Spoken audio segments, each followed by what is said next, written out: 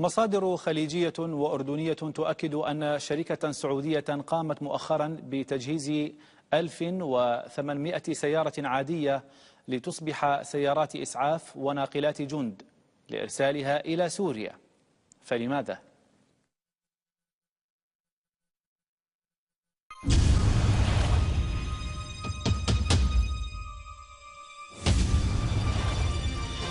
بتاريخ 13 من الشهر السادس حزيران 2012 تحدثنا عن معلومات حصلنا عليها من مصادر خاصة بتلفزيون الدنيا. المعلومات تحدثت عن اجتماع لمدير محطة العربية مع مسؤول دبلوماسي أمريكي في السفارة الأمريكية بالإمارات.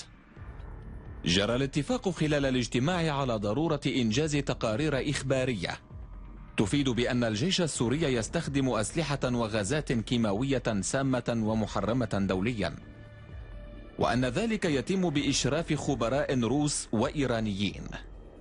في البداية لم نتعامل مع تلك المعلومات، إلا أن قناة العربية بعد نحو 3 أسابيع من تلك التسريبات عرضت في أخبارها تقارير إخبارية مضامينها هي نفسها مضامين التعليمات الأمريكية التي تحدثت عنها مصادرنا السابقة. تقارير العربية رغم اعتمادها على تقنيات عالية في عرض الصورة وتصميم المجسمات، إلا أنها لم تحتوي على مادة فيلمية واقعية تصلح كدليل على صدق ما يقال. التسريبات يومها لم تنتهي هنا، فمصادر خاصة بتلفزيون الدنيا أيضا تقول: أجهزة الاستخبارات الفرنسية والأمريكية ناقشت مع قيادات جماعات ما يسمى الجيش الحر تنفيذ عملية قصف بمدافع الهاون المورتر لمناطق سورية يتفق عليها لاحقا، الأرجح أن تكون مأهولة بالسكان. وتقول التسريبات إن ما يميز هذه العملية أنه يراد لها أن تؤدي إلى مجزرة كيماوية، وذلك عن طريق بضع قذائف مورتر محشوة بالفوسفور الأبيض أو غاز الخردل وربما غاز السارين، وذلك بعد أن يتم تهريب تلك الأنواع من القذائف لتسليمها إلى مسلحي ما يسمى بالجيش الحر. عمر هذه المعلومات والتسريبات مذ عرضناها أول مرة هو 75 يوما، وبعد انقضاء هذه المدة وتحديدا في يوم الاثنين بتاريخ 27 من الشهر الثامن آب، الرئيس الفرنسي رئيس إحدى الدولتين اللتين تواصلت مخابراتهما مع قيادات ما يسمى الجيش الحر كما أفادت مصادرنا، يخرج بتصريح يقول فيه عن أنه ينتظر استخدام الجيش السوري للأسلحة الكيماوية ليعتبر ذلك سببا مشروعا للتدخل العسكري خارج إطار مجلس الأمن.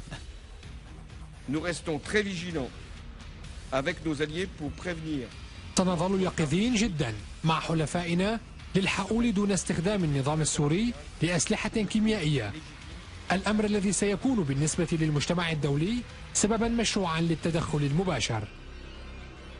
الطرف الآخر الذي أفادت مصادرنا بتواصل جهاز مخابراته مع قيادات ما يسمى الجيش الحر هو الطرف الأمريكي.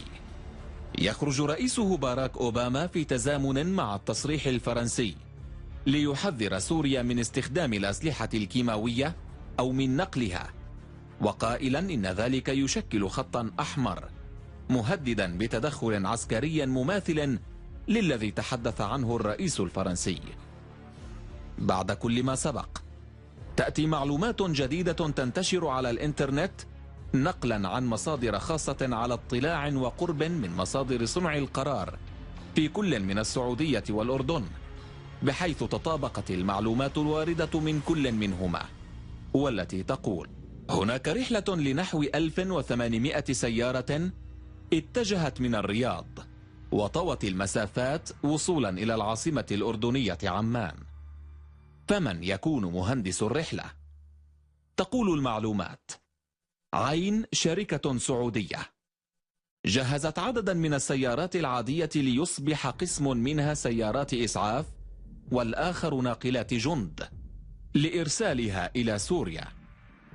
الشركة أعدت نحو 1400 سيارة فان عادية لتجهيزها كسيارات إسعاف.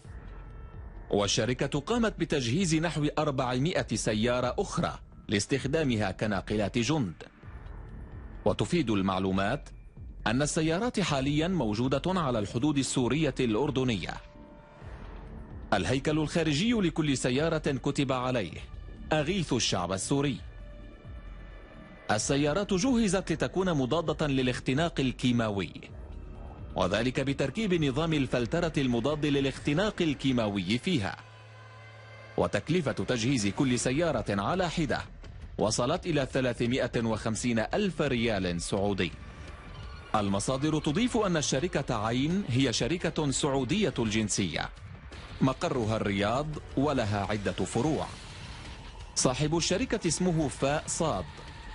وتضيف المصادر أن الشركة تجري مفاوضات حاليا مع الحكومة اليمنية لتصنيع مدرعات عسكرية للجيش اليمني، الأمر الذي يؤكد نشاطها في مجال التجهيز العسكري المتعدد. بعيدا عن التسريبات والمعلومات السابقة، فإن هناك قضية تحتاج دراسة وتحليلا، وهي قضية التصريحات الفرنسية والأمريكية الأخيرة التي تتحدث عن تحذيرات وتهديدات للدولة السورية حول احتمال استخدام أسلحة كيماوية من قبل الجيش السوري. طيب، رؤساء الدول يحذرون من احتمال استخدام هذه الأسلحة، يعني مبدئيا أن الجيش السوري لم يستخدمها. فما الذي استندت إليه العربية في تقاريرها التي قالت فيها إن الجيش السوري يستخدم أسلحة كيماوية وبمساعدة خبراء روس وإيرانيين؟ ما هي مصادر العربية؟ كيف سبقت العربية تصريحات الرؤساء الفرنسيين والأمريكيين عن استخدام أسلحة كيماوية في سوريا؟ سيظل يتساءل مراقبون.